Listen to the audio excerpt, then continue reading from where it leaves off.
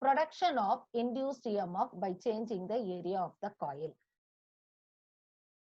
So to produce the induced EMF by changing the area of the coil, we are going to consider a conducting rod of length L moving with a velocity V towards left on a rectangular fixed metallic frame. You can see here, this is a rod, conducting rod of length L. Okay, the length of the rod is L. This rod is moving with a velocity V. Okay, towards on a rectangular fixed metallic frame. This is the one movable. This rod is the one movable. Okay, so this is fixed with a metallic frame.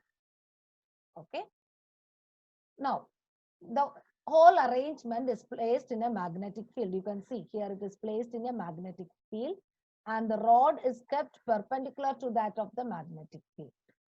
Okay, the rod is kept perpendicular to that of the magnetic field. Here the field is what? Uniform.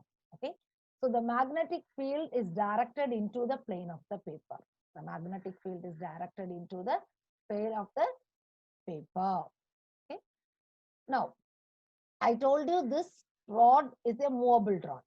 Now we are moving the rod AB to DC. So you are moving inward.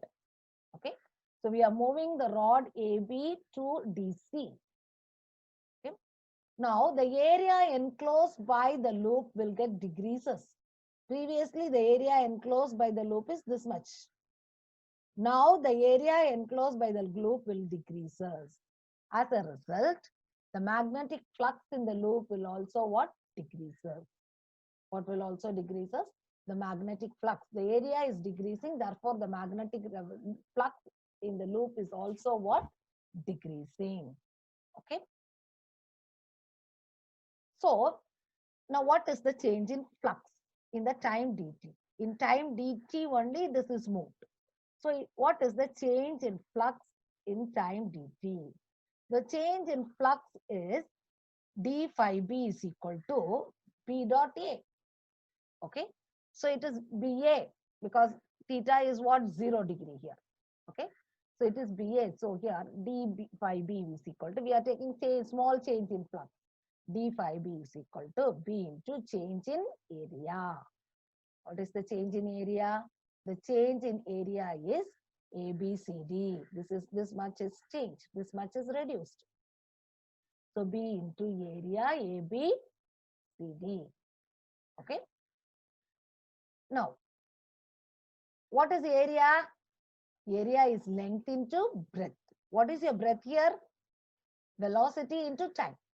Velocity into what? Time. Okay.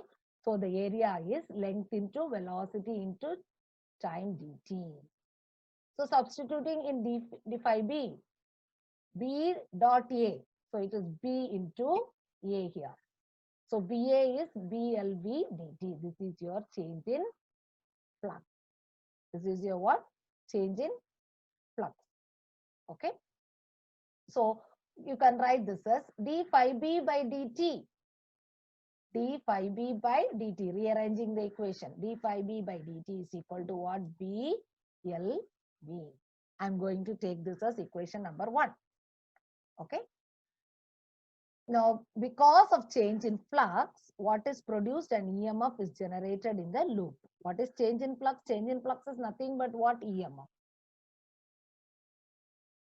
Change in flux is nothing but EMF. So, because of the change in flux, an EMF is generated in the loop. Okay. Now, according to Faraday's second law, the magnitude of the induced EMF is given by d phi b by dt. D phi b by dt. I'm going to take this as equation number 2.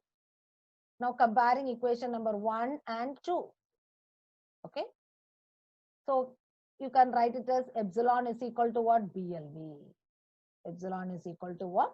BLV. So the induced EMF in producing by changing the area of the coil is given by what? BLV. This we are taking it as equation number 3, and this EMF is known as motional EMF because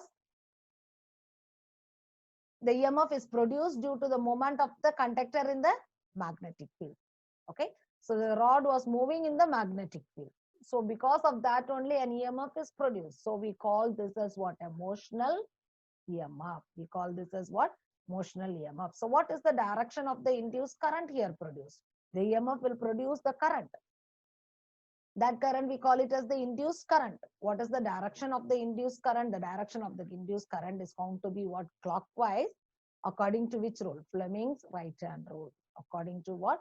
Fleming's right hand rule. Okay.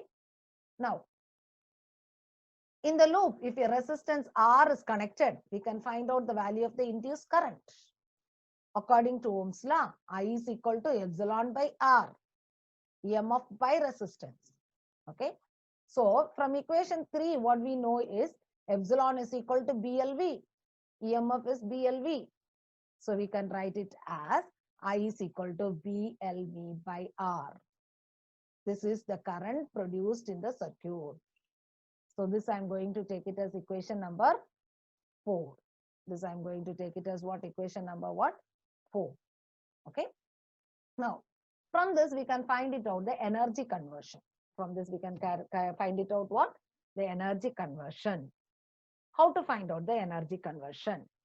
Now the current carrying movable rod kept perpendicular to the magnetic field experience a force in the outward direction opposite to the motion.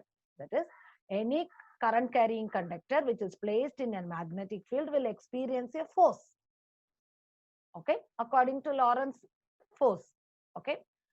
So here also this current carrying movable rod kept in a magnetic field experiences a force in the outward direction which is opposite to that of its motion. So the force experienced is opposite to that of the direction of motion of the rod. Okay.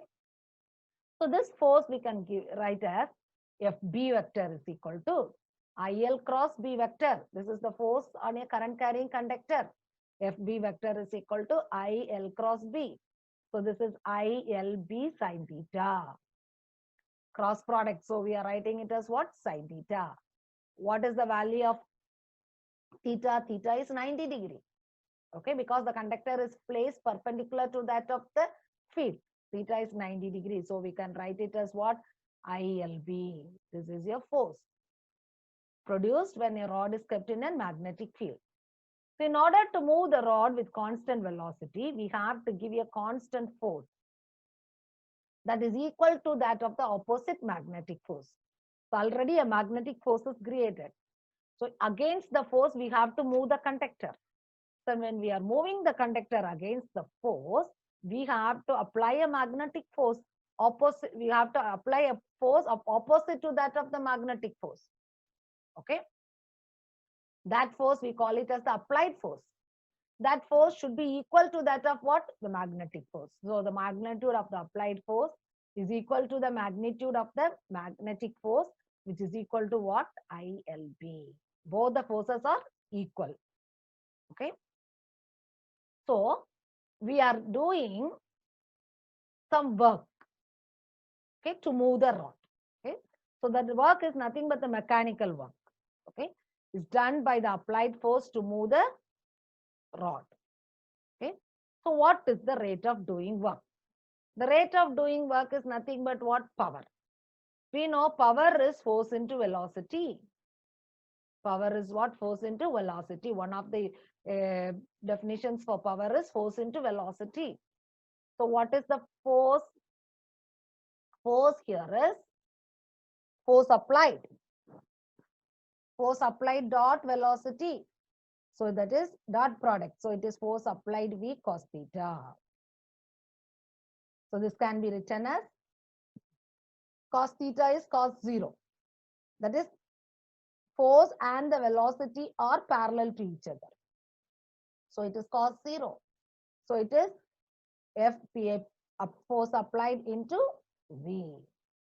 So from equation 5, we know force applied is equal to force, magnetic force is equal to ILB. So substituting in the above equation, power is equal to ILB into V. Power is equal to what? ILB into V. From equation 4, we know current is equal to BLB by R. So substituting in power, What will we get it? P is equal to BLV by R into BV. Okay. So that can be written as power is equal to B square L square V square by R. B square L square V square by what? R. Okay. So this is the expression for power we are getting. I'm going to take this as equation number 5. Okay. Now, when the induced current flows in a loop, what will happen is, according to Joule's heating law, heat energy will be produced. Heat energy will be what? Produced. So the rate at which the heat energy is dissipated or the power dissipated, that is, heat energy is lost. So energy is what? Dissipated. So power dissipated. So there is a power loss. What is the power loss? Power is equal to I square R. Okay. Power is equal to what? I square R. We know from equation 4, I is equal to BLV by R. I is equal to what? BLV by R. Substituting in the above equation. So what will you get? P is equal to BLV by R the whole square into R. So this can be written as B square L square V square by R. Okay, you will be getting again the power dissipated as the same. Okay, this I am taking it as what? Equation 6. So in the previous case also we have calculated as what? Power as the same value. In according to Joule's effect also we have calculated the power as what? The same value. So the power dissipated is how much? V square L square V square by R. Okay. So the mechanical energy needed to move the rod is converted into what? Electrical energy, which is then appears at what? Thermal energy. Initially we gave the mechanical energy, that is converted into electrical energy, that is converted into what? Thermal energy. Here there is an energy conversion. There is a what? Energy conversion. So this energy conversion is consistent with the law of what? Conservation of energy. This is consistent with the law of conservation of what? Energy. Thus the energy is conserved.